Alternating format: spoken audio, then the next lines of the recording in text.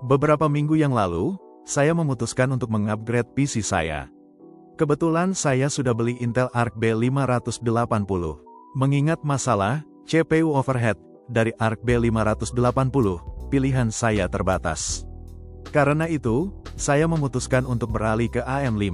Namun, sebagai orang Indonesia yang tinggal di Indonesia, kita tahu sendiri bagaimana pasar rakit PC di Indonesia ini. Yang terbilang budget di luar, di sini sudah termasuk mid-rank. Jadi, mau tidak mau, walaupun saya tipe orang yang mementingkan budget, saya harus membeli CPU yang terbilang mid-rank di Indonesia, Ryzen 5 7600. Meski harus keluar uang lebih dibanding saudaranya yang terbilang AM5 termurah, 8400F, 7600 ini memiliki performa yang luar biasa, bahkan masih mampu disandingkan dengan GPU terbaru dan tercanggih. Alih-alih saya kesambar petir lagi dan ingin upgrade kembali, ya kan? Tapi, selain part yang satu ini, saya masih termasuk kaum mendang-mending yang ingin memilih part yang termurah, selama masih bisa dipakai. Oleh karena itu, RAM, motherboard, SSD, dan akhirnya, HSF yang saya beli terbilang cukup murah, terlalu murah justru, untuk PC rakitan yang terbilang mid-rank. Dipasangkan dengan CPU yang dibanderol dengan harga 2,7-an, HSF ini hanya sekitar 150 ribuan. Nah, kali ini, saya mau bahas mengenai HSF yang sudah terlanjur saya beli, dan akhirnya saya pasrahkan. Bagaimana performa PC Cooler R200 ini? Awalnya, sangat kurang memuaskan.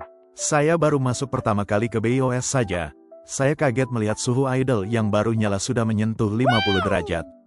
Saya bingung juga, karena di spesifikasi produk, R200 ini memiliki TDP 110 Watt. Sedangkan, Ryzen 5 7600 memiliki TDP 65 Watt. Apalagi ini belum dipakai ngapa-ngapain. Selanjutnya, saya coba benchmark. Mari kita lihat bagaimana performa PC Cooler R200 di bawah tekanan Cinebench R23.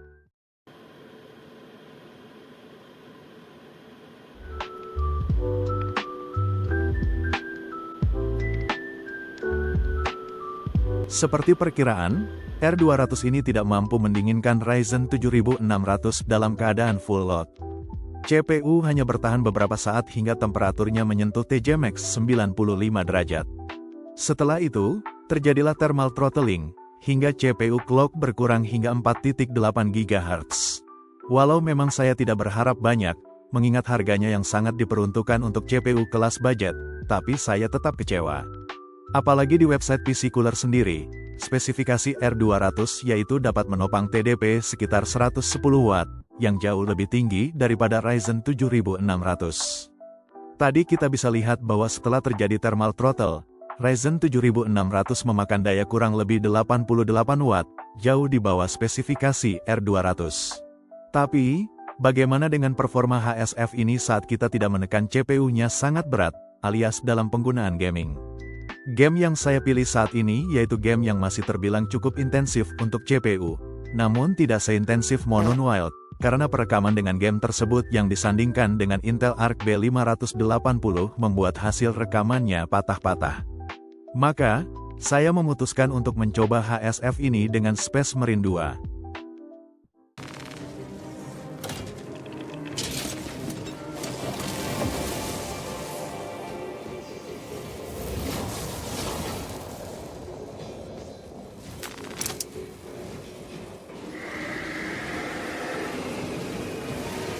Throne, can you not hasten the damn process?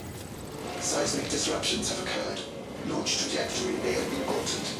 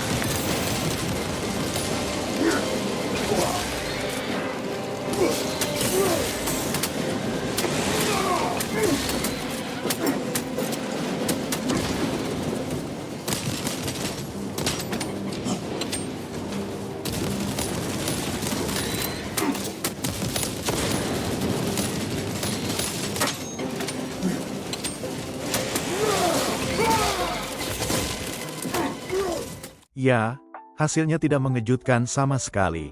Setelah bermain sebentar, suhu sudah mencapai kisaran 93 derajat.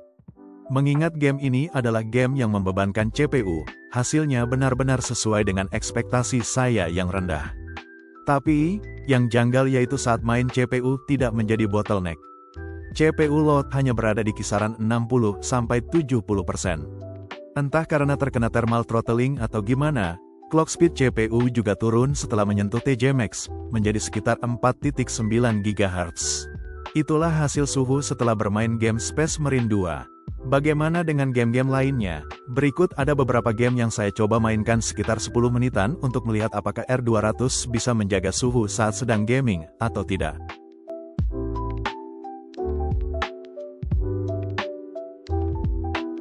Bisa dibilang ini adalah kompromi dari diri saya sendiri untuk bilang, nah, tuh banyak game yang rilisan baru masih adem aja. Tapi biar angka yang menentukan. Kemarin saya membeli CPU cooler yang murah dengan maksud sebagai pengganti HSF original AMD Wraith yang biasanya dapat kalau beli full set. Saya memang tidak berharap apa-apa, tapi memang masih mengecewakan hasil dari cooler yang satu ini jika disandingkan dengan CPU mid-rank. Kesimpulannya, yaitu jika beban CPU-nya cuma ringan sampai sedang, ya masih cukup-cukup aja. Tapi jika bebannya sedang hingga tinggi, maka tidak akan cukup. Berbeda dengan saingannya, i5 12400 yang lebih dingin karena memang Intel dikenal dengan prosesor yang lebih adem. Saran dari saya, yaitu jika budget CPU kalian tinggi, setidaknya budget untuk HSF-nya juga bisa dinaikkan. Ada beberapa rakitan di online yang rata-rata menyarankan HSF 300 ribuan, seperti Se214 XT, AG400, dan Assassin X120 yang telah mereka uji juga dan mendapatkan suhu lebih adem sekitar 10-20 derajat. Ada juga yang bilang, karena HSF bisa dipindah tangan ke generasi selanjutnya, beli yang mahal pun tidak rugi, karena masih dapat dipakai di masa depan. Tapi, bagaimana menurut kalian? Apa ada di antara kalian yang juga sama seperti saya? Bagikan cerita kalian di kolom komentar di bawah ini. Jangan lupa share video ini ke kawan-kawan kalian jika kalian merasa video ini membantu. Terima kasih sudah menonton.